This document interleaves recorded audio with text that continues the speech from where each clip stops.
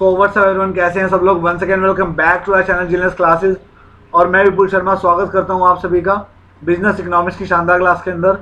और आज business economics Indian economy में आज मैं लेकर के आया हूँ आपके लिए लैंड रिफॉर्म्स के टॉपिक, ठीक है ना। तो चलिए शुरू करते हैं। जो लोग फर्स्ट टाइम आए चैनल को सब्सक्राइब कर दीजिएगा एंड साथ में बेल आइकन प्रेस कीजिएगा। आइएगा पढ़ते हैं।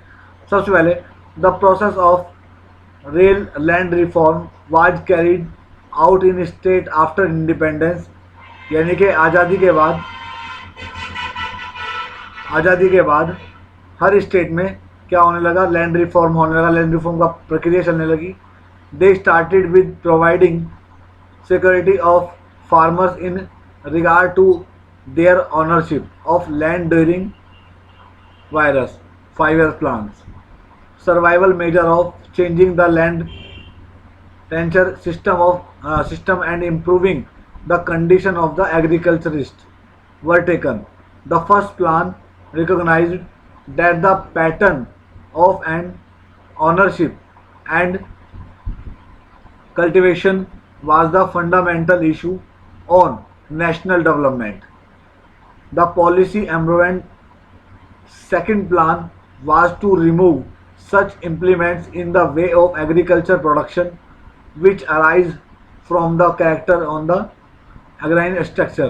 The third plan inversely implementation to the involve policy during the second plan and the embassy to the legalization on the various aspect of land reform undertaken by state in pursuance of accepted policies.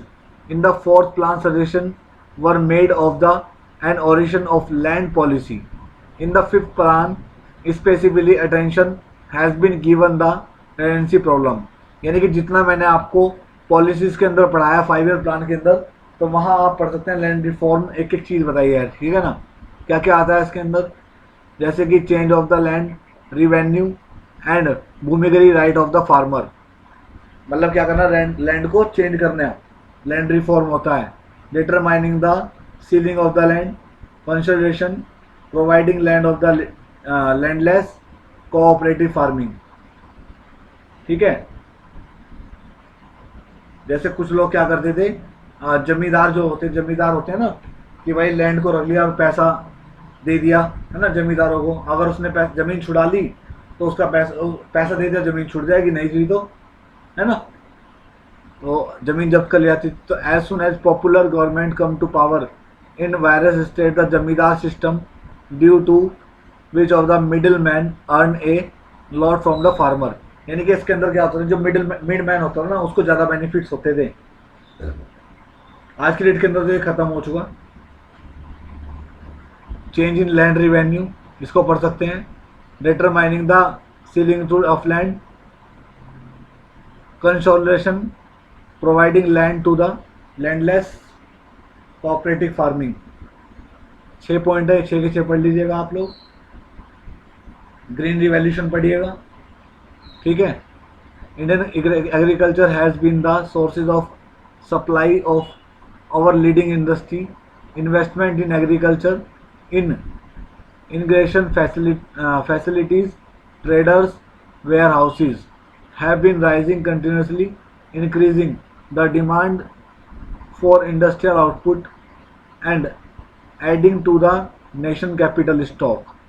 ये हो गया सब, ठीक है। इसको पढ़ लीजिएगा आप अच्छा आराम से। Globalisation and agriculture very important topic है, अक्सर आ जाता है एग्जाम के अंदर, तो आप इसको जरूर तैयार कर लीजिएगा, ठीक है। ग्लोब का मतलब क्या होता है, पूरा भारत, ठीक है।